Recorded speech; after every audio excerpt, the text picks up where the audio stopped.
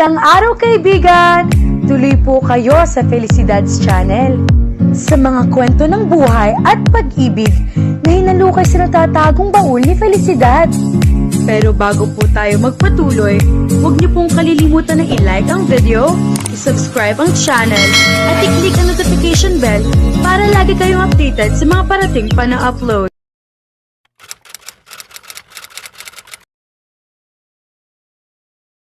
Ang silid-dalawan ay amoy panlinis at mumurahing kape. Para bang hindi ito kailanman nilayon upang maglaman ng pagmamahal, kundi mga patakaran at mahigpit na binabantayang mga minutong pagdalaw lamang.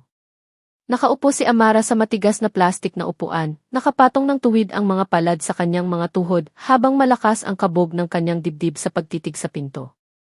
Bawat segundo ay tila humahaba, manipis at mahigpit na parang kawad na anumang oras ay maaaring mapatid. Pagkatapos ay bumukas ang pinto. "Mommy!" Rumagasa si Lucas papasok, isang munting ipuipo na nakasuot ng t-shirt na may larawan ng dinosaur habang tumatalbog ang kanyang backpack sa likuran niya. Hindi na malaya ni Amara na nakaluhod na pala siya, nakabuka ang mga bisig upang salubungin siya. Bumagsak ang maliit nitong katawan sa kanyang dibdib at niyakap niya ito na para bang hindi na niya kailanman bibitawan. Ibinaon niya ang mukha sa buhok nito, nilalanghap ang amoy ng shampoo nito. Mainit at pamilyar. "Nako, anak," bulong niya, nanginginig ang tinig. "Miss na miss kita." Bahagyang umurong si Lucas at pinagmasdan siya gamit ang malalaki at hindi kumukurap nitong kayumangging mga mata. "Bakit hindi ka makauwi, mommy?" Parang sinaksak sa dibdib si Amara ng tanong na iyon. Pinaglalaruan niya ang zipper ng kanyang bag, hindi mapakali ang maliliit niyang mga kamay. "Ayoko sa bahay ni Daddy. Gusto ko ang kwarto ko. Gusto ko ang higaan ko. Gusto ko ikaw." Nagsikip ang dibdib ni Amara, ngunit bago pa siya makapagsalita, muli nang nagsalita si Lucas sa mahina at nanginginig na tinig. "At saka si Daddy. Pinalitan niya ang paaralan ko." Napigil ang paghinga niya. "Ano?" Sabi niya mas malapit daw iyon sa bahay niya, mahina at nakatungong sambit ni Lucas habang nakatitig sa kanyang sapatos. "Pero ayoko doon. Wala akong kakilala. Wala akong kaibigan doon. Hindi niya kilala ang mga guro. Pakiramdam niya kakaiba." Nanginig ang kanyang mga labi. "Sa dati kong paaralan, kilala ako ng lahat. Masaya ako roon. Gustong-gusto ko kapag ikaw ang naghahatid sa akin tuwing umaga." Inabot ni Amara ang kanyang kamay, ngunit sa halip ay hinila lamang ni Lucas ang strap ng kanyang backpack, balisang kinakalikot iyon. "Gusto ko lang bumalik sa dati, mommy. Noong tayo lang. Noong pakiramdam ko. Normal ang lahat." Parang nasusunog ang lalamunan ni Amara habang pilit siyang umiti. Marupok at nanginginig. "Malapit na, anak. Inaayos lang ni mommy ang lahat." Ngunit habang ibinabaon ni Lucas ang mukha nito sa kanyang balikat, magulong umikot ang mga isipin ni Amara. Ito ba ang dahilan kung bakit pinalitan ni Ethan ang paaralan ni Lucas? Upang lalo siyang mahirapan? Upang isa-isang putulin ang maliliit na piraso ng buhay na minsan nilang pinagsaluhan hanggang wala nang matira sa kanila? Hindi lang ito tungkol sa kaginhawahan. Pakiramdam niya isinadya iyon. Para bang bawat desisyon ay isa na namang pader na itinayo sa pagitan niya at ng kanyang anak. Isang paraan upang mas mapabilang si Lucas sa mundo ni Ethan kaysa sa kanya. Tinangay ng kaisipang iyon ang natitira niyang lakas at nag-iwan lamang ng tahimik at unti-unting lumalalim na kirot. Sumimangot si Lucas. "Malungkot ka ba?" Mabilis na kumurap si Amara, pinipigilang pumatak ang mga luha. "Kaunti lang. Pero ayos na ako ngayon. Dahil kasama kita." Mula sa sulok ng silid, marahang naglinis ng lalamunan ang social worker. 5 minuto na lang, mahinahon itong sabi, na para bang kayang pag-aani ng malumanay na mga salita ang kalupitan ng oras na mabilis na nauubos. 5 minuto.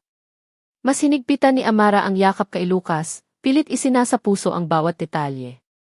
Ang bigat nito sa kanyang mga bisig, ang dampi ng buhok nito sa kanyang pisngi, ang tibok ng puso nito laban sa kanyang dibdib. Ayaw niyang makalimot. Hindi niya kayang kalimutan. "Mahal mo ba ako?" Mahina nitong bulong sa kanyang damit. May kung anong nabasag sa loob ni Amara dahil sa mga salitang iyon. Higit pa sa anumang bagay sa mundong ito, mariin ngunit mahinang tugon niya. Hinawakan niya ang maliit nitong mukha gamit ang dalawang kamay, pinipilit na titigan ito kahit lumalabo na ang kanyang paningin dahil sa mga luhang nagbabadyang pumatak. Makinig ka sa akin, anak. Kailangan mong tandaan ito. Ang pagmamahal ng isang ina sa kanyang anak ay hindi nauubos. Kahit nasaan man ako, mamahalin kita habang ako'y nabubuhay. Huwag mong hayaang may magsabi ng kabaligtaran. Ano man ang sabihin nila, kumapit ka rito. Lagi kang mananatili sa puso ko. Idinikit niya ang noo sa noo nito, mahigpit na kumakapit na para bang maikakandado nilang dalawa ang sarili nila sa iisang katotohanang iyon. Ang tanging bagay na hindi kailanman maaagaw ni Ethan mula sa kanya. Tumango si Lucas na para bang naniniwala ito sa kanya. Na para bang sapat na iyon. Ngunit habang unti-unting naubos ang mga minuto, habang sinasabi ng social worker na oras na, habang dahan-dahang kumakawala ang kamay ni Lucas mula sa kanya, pakiramdam ni Amara ay muli na naman siyang nawalan ng laman. Sa labas ng sentro, nakaupo si Ethan sa kanyang sasakyan. Nanatili siya roon. Lagi siyang nananatili. Kahit hindi niya kayang pumasok. Mula sa likod ng tinted na salamin, nakita niyang tumakbo si Lucas papunta sa mga bisig ni Amara. Nakita niya kung paano ito yakapin ni Amara na tila nakasalalay roon ang buong buhay nito. At Diyos ko, unti-unti siyang nilalamon ng konsensya. Ngunit sa kanya naaalala, si Lucas na naiwan sa paaralan. Si Amara, maputla at halos hindi humihinga sa higaan ng ospital. Mas hinigpitan niya ang hawak sa manibela, naninigas ang kanyang panga. Para ito sa kanya, paulit-ulit niyang sabi sa sarili. Para kay Lucas. Kailangan niya ng matatag na buhay. Kailangan niya ako. Ngunit mapait ang lasa ng mga salitang iyon. Napatingin siya sa rearview mirror, sa bakanting car seat kung saan maya-maya lang ay upo si Lucas. Kahit paano, mayroon ng ligtas na lugar ang anak niya ngayon. Ang kondominium na ibinigay sa kanya ni Judy Ann. Pansamantala lang iyon, paulit-ulit niyang sinabi sa sarili, hanggang sa tuluyang maging maayos ang lahat. Hindi pa niya sila inililipat sa tirahan ni Julian. Hindi pa. Nais ni Judy Ann na maging bahagi ng buhay ni Lucas. Ngunit humingi muna si Ethan ng panahon. Kailangan munang makapag-adjust ni Lucas, kailangan muna nitong maramdamang ligtas siya bago ipakilala sa iba. Sa ngayon, silang mag-ama lamang ang naroon sa kondominium. Iyon ang tamang desisyon.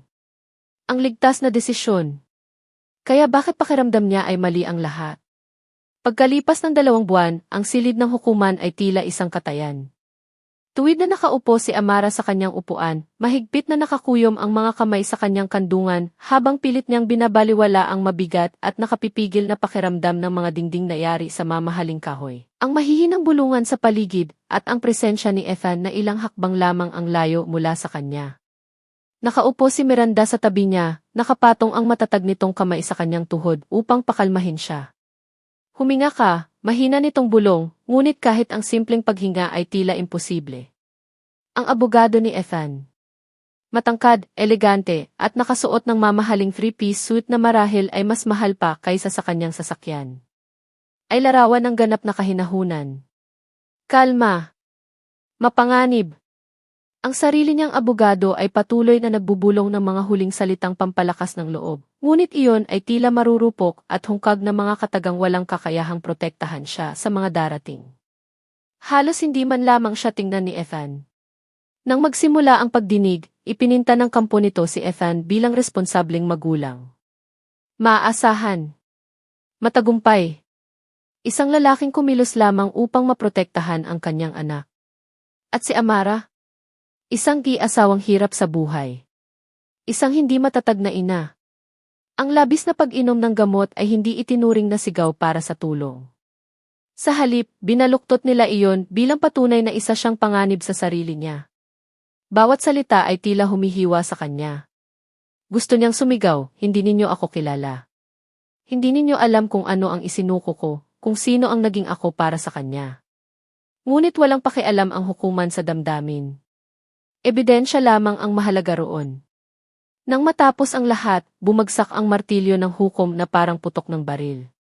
Pinagkakalooban ang diborsyo.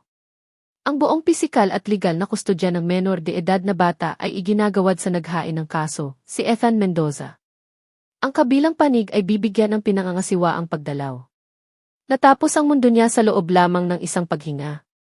Pagkaraan, may mahina pang sinasabi ang kanyang abogado tungkol sa mga maaaring gawin. Mga apela. Mga negosasyon. Ngunit halos wala nang narinig si Amara. Ang mga salita ay bumagsak lamang na parang tubig sa matigas na bato. Si Miranda ang tumulong sa kanyang makatayo, matatag ang kamay nito sa kanyang likuran. Halika na. Ilabas muna kita rito, mahina nitong sabi. At doon lumapit si Ethan sa kanila. Sa unang pagkakataon matapos ang ilang buwan, nagtagpo ang kanilang mga mata. Inayos ko na para manatili sa iyo ang bahay, sabi niya sa tonong walang emosyon. Formal. Parang negosyo lamang. Pati ang sasakyan. Nakapangalan na iyon sa iyo ngayon. Isang mapait na tawa ang kumawala kay Amara.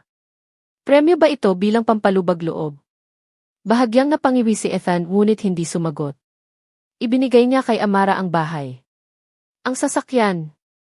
Ngunit hindi ang tanging bagay na gusto niya. Hindi si Lucas. Humakbang si Miranda pasulong at humarang sa pagitan nilang dalawa. Matalim ang tinig nito. Sa tingin mo ba mababawi niyan ang ginawa mo? Sinira mo ang buhay niya, tapos ngayon maghahagis ka ng mumunting kapalit na para bang maaayos niyon ang lahat. Lalong tumigas ang panga ni Ethan, na natiling hindi mabasa ang kanyang mukha. Hindi ikaw ang kausap ko, Miranda. Hindi nga, mabilis nitong sagot, nagliliyab ang mga mata. Tungkol ito sa babaeng winasak mo at sa batang ginagamit mo bilang panangga. Tama na, mahinang sabi ni Ethan, ngunit matalim ang boses nito. Ginawa ko lang ang kailangan kong gawin. Para kanino? Para kay Lucas? O para matahimik ang konsensya mo? Bumigat ang katahimikang sumunod. Walang sinabi si Amara. Nakatitig lamang siya kay Ethan at muli niyang hiniling. Hindi sa unang pagkakataon. Nasanay maramdaman ito kahit kaunting bahagi man lamang ng hungkag na sakit na unti-unting sumasakmal sa kanya. Si Miranda ang nagmaneho. Tahimik ang biyahe pa uwi mula sa hukuman, puno ng uri ng dalamhating hindi na nangangailangan ng salita. Nakatitig lamang si Amara sa bintana ng sasakyan, ngunit wala naman talaga siyang nakikita. Mahigpit na magkahawak ang kanyang mga kamay sa kanyang kandungan hanggang sa mawalan na iyon ng pakiramdam, ngunit hindi niya magawang pakawalan ang sarili. Nang huminto sila sa harap ng bahay, pinatay ni Miranda ang makina at sumulyap sa kanya. Halika na, mahina nitong sabi. Pumasok tayo. Hindi sumagot si Amara. Basta na lamang niya binuksan ang pinto at bumaba ng sasakyan, kumikilos na parang wala talaga siya roon. Sumunod agad si Miranda sa likuran niya. Hindi nito balak iwan si Amara ng mag-isa. Hindi ngayon. Ilang linggo na rin itong nananatili roon, natutulog sa guest room at tinitiyak na hindi tuluyang gumuho ang kanyang kaibigan. Pagpasok nila sa loob, napakatahimik ng bahay. Halos inaasahan ni Amara na maririnig niya ang mga yabag ni Lucas, ang halakhak nitong umaalingaw sa mga dingding. Ngunit katahimikan lamang ang sumalubong sa kanya. Ibinagsak niya ang kanyang bag sa mesa at nanatiling nakatayo roon, nakatitig sa walang lamang sala. Ang parehong bahay na ibinigay sa kanya ni Ethan. Ngunit ngayon ay mas mukha itong isang musilyo. Marahan niyang hinaplos ang gilid ng sopa kung saan madalas maupo si Lucas. Dumaan siya sa hapagkainan kung saan dati silang tatlong sabay na kumakain. Bawat silid ay tila pinamumugaran ng mga alaala. Bawat sulok ay sumisigaw ng buhay na wala na ngayon sa kanya. Unti-unting lumuhod si Amara sa malamig na sahig, habang dinudurog siya ng bigat ng lahat ng nangyari. Nawala sa kanya ang kanyang asawa. Nawala sa kanya ang kanyang anak. Inialay niya ang buong buhay niya para rito, hinubog ang sarili upang maging babaeng sinabi nitong kailangan nito. At sa huli, pinili pa rin itong lumayo na para bang ang lahat ng kanyang isinakripisyo ay walang halaga kundi abo lamang. Ipinagpalit niya ang kanyang mga pangarap, ang kanyang halakhak, maging ang sarili niyang pagkatao, para sa isang pag-ibig na nangakong mananatili habang buhay. Ngunit madaling mangako kapag gusto ka pang manatili ng isang tao. At ganoon din kadaling baliin ang mga pangakong iyon kapag ayaw ka na niyang hawakan. At ngayon, hindi na alam ni Amara kung ano pa ang natitira sa kanya. Ang bahay? Ang sasakyan? Mga papremyong papel para sa buhay na hindi na naman talaga kanya. Niyakap ni Amara ang kanyang mga tuhod papalapit sa dibdib habang marahang umuugoy ang katawan niya, kasabay ng tahimik na hikbing nagpapayanig sa kanya. Si Lucas ang naging sandigan niya. Ang tanging bagay na pumipigil sa kanya upang tuluyang malunod sa dilim. Ngunit ngayon, naputol na ang tali na kumakapit sa kanya, at wala na siyang ibang magawa kundi ang unti-unting lumubog. Sa unang pagkakataon, napaisip si Amara kung talagang nakatakda ba siyang makaligtas sa buhay na ito. Marahang lumangit-ngit ang pinto sa likuran niya. Sumunod pala si Miranda sa loob. Lumuhod ito sa tabi niya at niyakap siya mula sa gilid, na para bang pilit siyang pinipigilang tuluyang mabasag. Huwag mong gawin ito sa sarili mo, pabulong nitong sabi. Pakiusap. Dahan-dahang nag-angat ng tingin si Amara, namumugto at basa ang kanyang mukha. Ano pa ba ako ngayon, Miranda? Ano pa ang natitira sa akin? Mariing napakurap si Miranda bago siya muling yakap ng mahigpit. Nanay ka pa rin niya. Nandito ka pa rin. Kailangang may ibig sabihin iyon. Hindi ko na nga alam kung sino pa ako, mahina niyang bulong. At sa unang pagkakataon mula nang bumagsak ang martilyo ng hukom sa hukuman, hinayaan niyang tuluyang bumuhos ang kanyang pag-iyak. Malalim at wasak na mga hikbi na yumanig sa buo niyang katawan. Umupo si Miranda sa tabi niya at inakbayan ang nanginginig niyang mga balikat. Kung ganoon, hahanapin natin iyon, sabi ni Miranda. Isang araw sa bawat pagkakataon. Ngunit hindi sumagot si Amara.